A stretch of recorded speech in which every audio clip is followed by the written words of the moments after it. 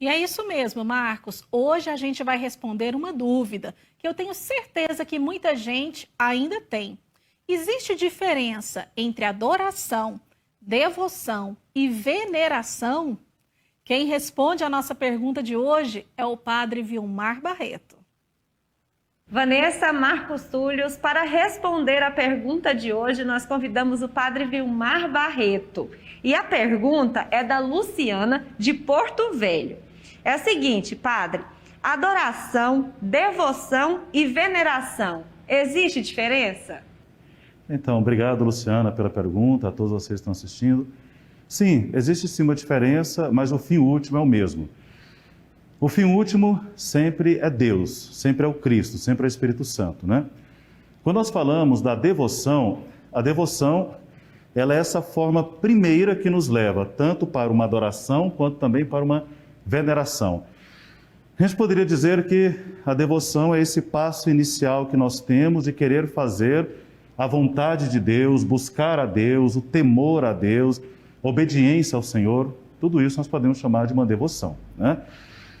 Só que aí a devoção, nós vamos separar ela agora em duas espécies, que cada uma vai ter sua própria natureza depois. Primeiro, nós teremos a devoção, que nós chamamos de adoração, e depois a devoção de veneração. Então é importante frisar, Luciana, até para entender bem que quando se fala na devoção, nós estamos falando na forma que nós escolhemos, que nós queremos viver, essa proximidade com Deus e com as coisas do alto, com as coisas do céu. A primeira proximidade, então, é com a adoração. A adoração, ela tem um sentido muito direto, ela é muito específica, porque a adoração, que vem da palavra também da latria, né? Ela significa o seguinte: a identidade dela para o cristão é: eu estou direcionando totalmente a Deus tudo que eu estou fazendo agora. É como se nós parássemos o tempo, né, com tudo que está acontecendo, mas eu parei o tempo agora e eu estou todo e eu sou todo para Deus.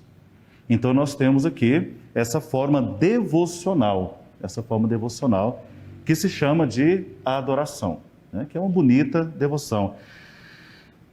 Surgida aí a adoração, nós temos ela na igreja, da forma que nós temos hoje, menos de 500 anos atrás, né?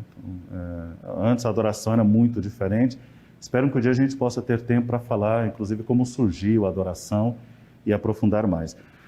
A outra forma que nós temos também, Luciana, nós vamos chamar da devoção em forma de veneração. Veneração é a dulia, né? Então, o termo utilizado, um termo teológico para a compreensão da veneração, que é uma outra forma de devoção, uma outra forma também de chegar a Deus. Qual que é a diferença?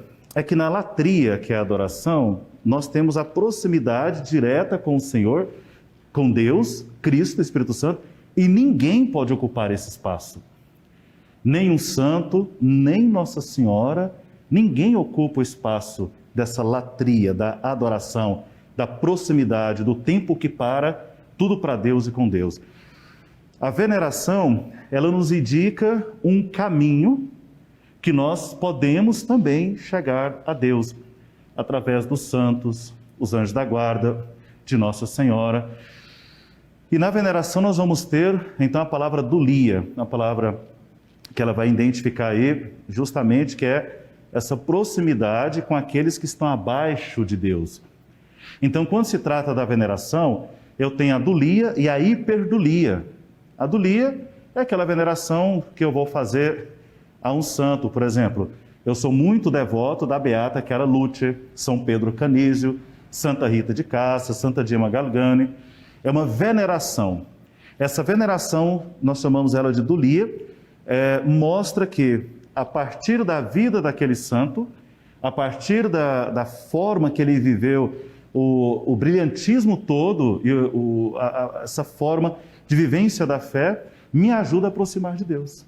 Me deixa muito próximo de Deus. É um intercessor, seta, né? É um intercessor, é uma seta.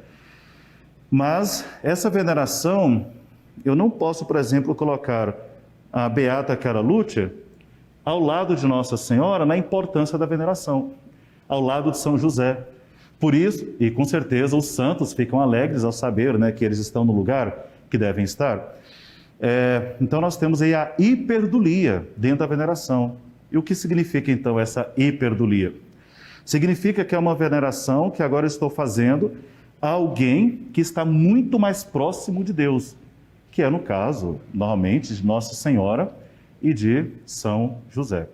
Então nós temos esse termo de devoção e depois nós vamos ter a adoração e a veneração, que são formas devocionais, Se nós olhamos ali no século XVI, principalmente, nós vamos ter muita palavra devoção agora, que muita gente busca essa experiência, Daiane, Luciana, busca muita experiência dessa devoção, só que já não é a devoção que ela vai ter a natureza de uma veneração, né, ou de uma adoração, mas é uma forma espontânea de buscar a Deus. Quem fez isso bastante foi São Francisco de Sales, Santo Inácio de Loyola. Então, um livro, São Francisco de Sales, chamado Filoteia, ele fala bastante sobre essa devoção, que seria uma outra forma de devoção, mas ela é muito pouco conhecida. Popularmente falamos devoção. E por fim nós temos a devoção popular, que são todos os ritos, a forma litúrgica, envolve a cultura também, formas que nós utilizamos para buscar a Deus. No final, tem as suas diferenças, só que o fim último, quer dizer, no final de todo, o objetivo da devoção, tanto popular ou da devoção de veneração ou de adoração, é fazer com que os fiéis cheguem cada dia mais próximo de Deus e um dia no reino dos céus. Padre, muito obrigada e nós voltamos com vocês.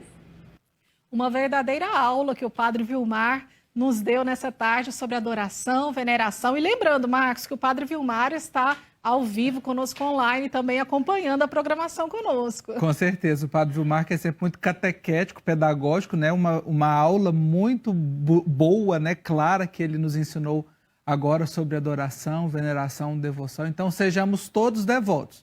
Veneremos a Virgem Maria, aos santos e adoremos a Trindade Santa, o nosso amado Pai Eterno, nosso Senhor Jesus Cristo e o Espírito Santo. E ele já deu a Morgana, você está acompanhando aí em cima, Morgana, o Padre Vilmar falou que pode explicar sobre a história da adoração. Já fica a dica. Já fica a dica que nós vamos trazer o Padre Vilmar Barreto novamente, né, para nos ajudar aqui no Pergunte e Responderemos, que é muito importante para nós aprendermos, compreendermos sempre mais. E quem